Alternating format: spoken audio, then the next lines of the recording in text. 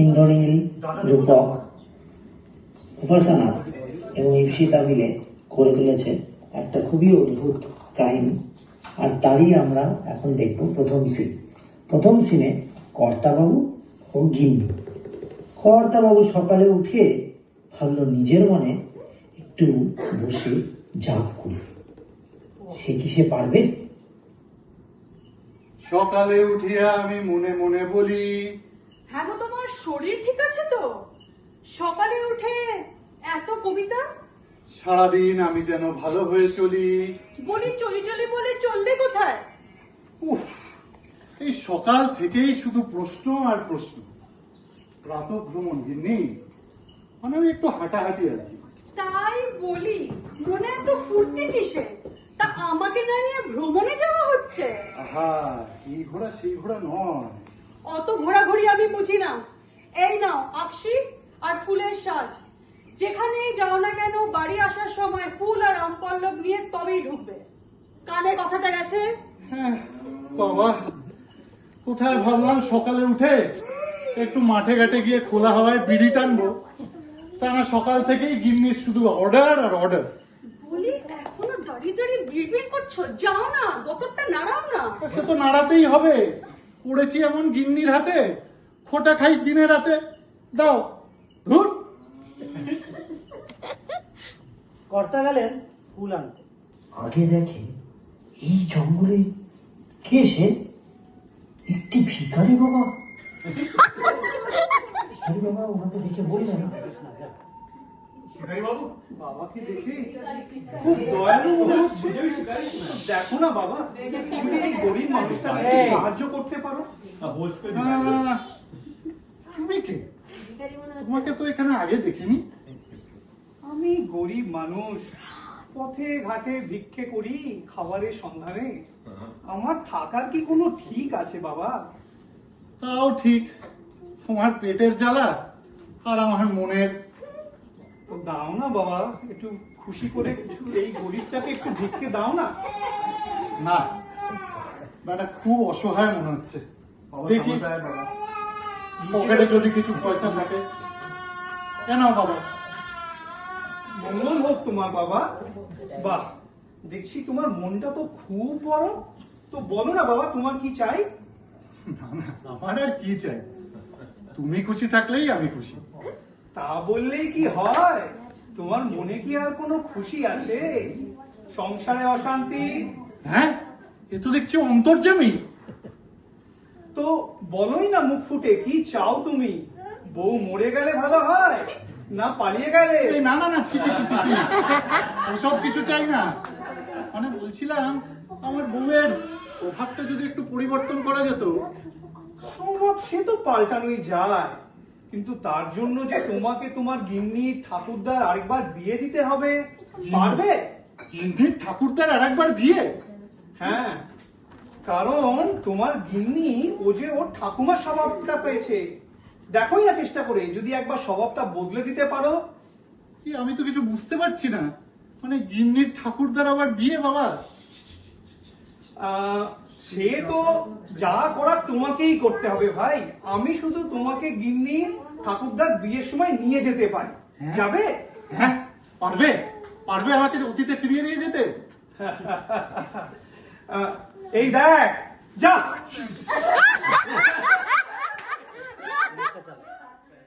দেখছেন সত্যিই তো, এ তো গিন্নির ঠাকুরদার এবং ঠাকুমার বিয়ে। এই সেই সুযোগ, এই সুযোগ তিনি হাতছাড়া হতে দিতে পারেন না। তিনি এগিয়ে গেলেন এই সুযোগটা পুরোপুরি ব্যবহার করতে। তিনি এগিয়ে গেলেন ঠাকুমার ঘরের দিকে, ঠাকুমাকে যাতে না বিয়ে দেওয়া যায়। সেখানে দেখলেন ঠাকুরদা বলছে, কিরে কই রে সব, লগ্ন তো পেরিয়ে যায়। আরে বর যাত্রী গেছে গেছে, কোনে কই? ওরে বাবা, এ তো দেখছি সত্যি সত্যি বিয়ে বাড়িতে চলে এসেছি। হ্যাঁ, কোনো ভুল নেই। এই, ওই তো ঠাকুরদা। ওই তো ঠাকুরদা বসে আছে।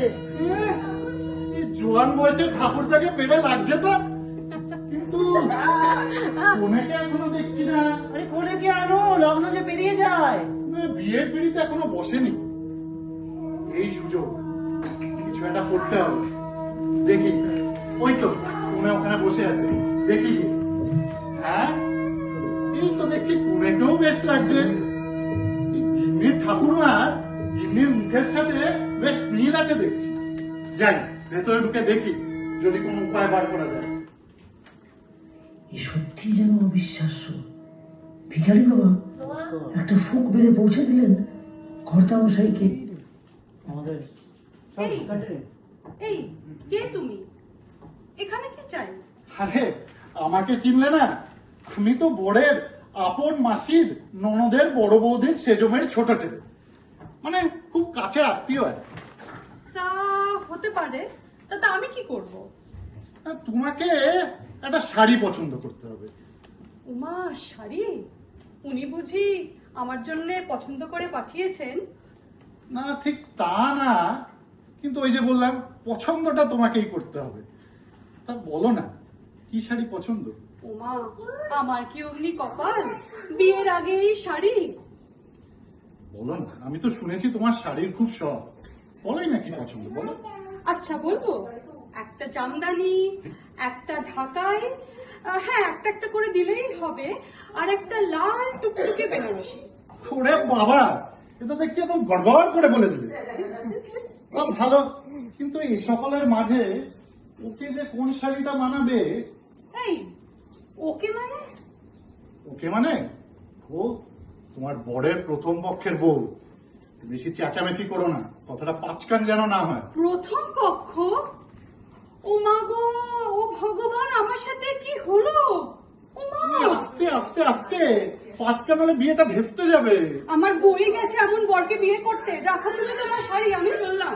ও বাবা, হাহা, যাকে যাক, একটা কাজ তো এবার হয়েছে। বউকে বিদায় করতে পেরেছি।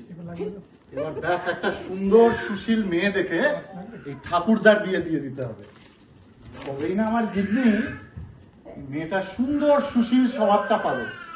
এই কোথায় কোথায় কোথায় গেল সব? আরে সাজবে বলে গেল, এখনো আসলো না। এই ওনাকে খুঁজছেন? হ্যাঁ, উনি তো পালিয়ে গেছে। সে কি পালিয়ে গেছে? হ্যাঁ, খুব মুশকিল। কিন্তু এই বর যখন এসছে, বিয়েটা তো দিতেই হবে, না হলে গৃহস্থের ঘোর অকল্যাণ। সে তো ঠিকই বলছো, কিন্তু এখন বাপু আমি কোণে পাই কোথায়? কেন? কেন?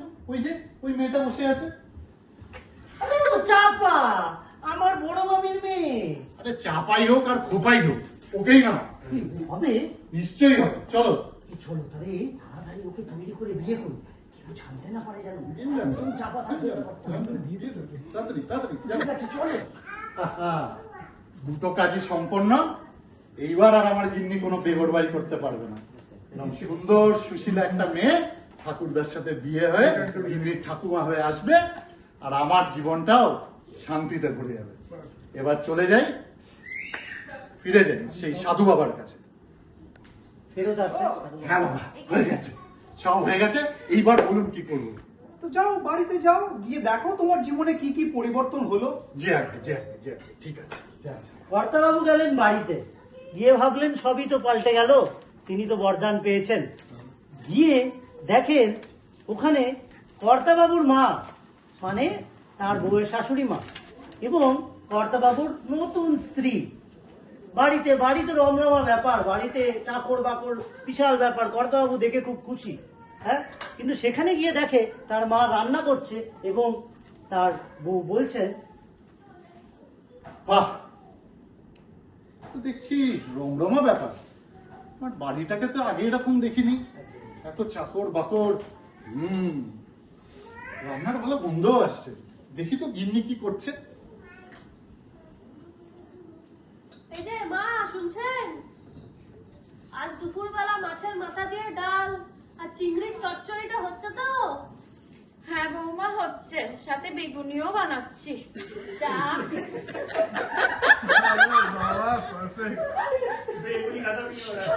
যা, সে যাই হোক শেষ কথা যেন মিষ্টি দইটা থাকে। উফ, সারাদিন খাচ্ছে পিচ্ছে গায়ে পায়ের উপর পা তুলে ঘুমাচ্ছে, আর এরকম বউ যেন 7 জন্মেও কেউ না পায়। বাবা এ তো দেখছি আলাদাই ব্যাপার। তো যাকে দেখি। ও গিন্নি, গিন্নি, এ আমার দেশলাইয়ের বাক্সটা একটু দাও তো। মরণ দশা আমার। দেশলাই বাক্সে দিয়ে কি করবে? আমার বুকাগ্নি করবে নাকি? না না না, আমি কি আমার জন্য চাইছি নাকি দেশলাই? ও বুঝেছি বুঝেছি, তোমার ওই 4টে লম্পট বন্ধুর সাথে বিড়ি খাবে তাই জন্য দেশলাই খুঁজছো তো? আর শুরু হলো হরিদাস বলবে। কিন্তু তুমি, তোমাকে তো ঠিক মানে তোমার মুখটা কেমন, মানে চেহারাটা কেমন, তুমি কে? এই যে এই। চোখে কি নেবা হয়েছে? ও বাবা।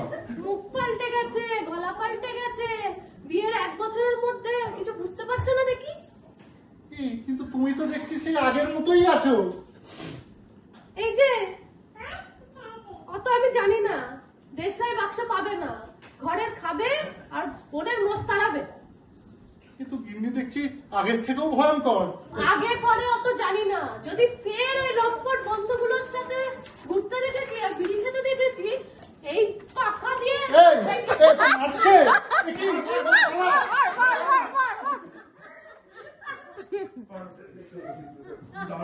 ও, ও সাধু বাবা, ও, কি হলো? কি আর হবে? তুমি তো বলেছিলে গিন্নি সুন্দর সুশীলা হবে। আগে মুখরা ছিল, এখন তো বেমালুম কেলাচ্ছে। আর তার সাথে আমার বুড়ি মাটাকে দিয়ে রান্নাও করাচ্ছে। তাহলে বুঝলি তো, মহিলাদের স্বভাব বোঝা স্বয়ং ভগবানের পক্ষেও সম্ভব নয়। কি? আমার নিজের বউ, তার জ্বালায় তো আমি নিজেই সন্ন্যাসী হয়ে গেছি। তুই কোন হরিদাস পাল? বাবা, আর একটা কি সুযোগ দেওয়া যায় না? আর যদি করবিটা কি, যা আছে তা দিয়ে মানিয়ে চল। আর যদি না পারিস আমার মতো সন্ন্যাসী হয়ে যা, দুজনে মিলে একসাথে পথে ঘাটে ভিক্ষে করে বেরোবো। তো এই সাধু বাবার সাথেই দল বেঁধে ভিক্ষা করতে হবে আর সন্ন্যাসী হতে হবে। সত্যি, চলো সাধু বাবা, ভিক্ষার বাটিটা দাও।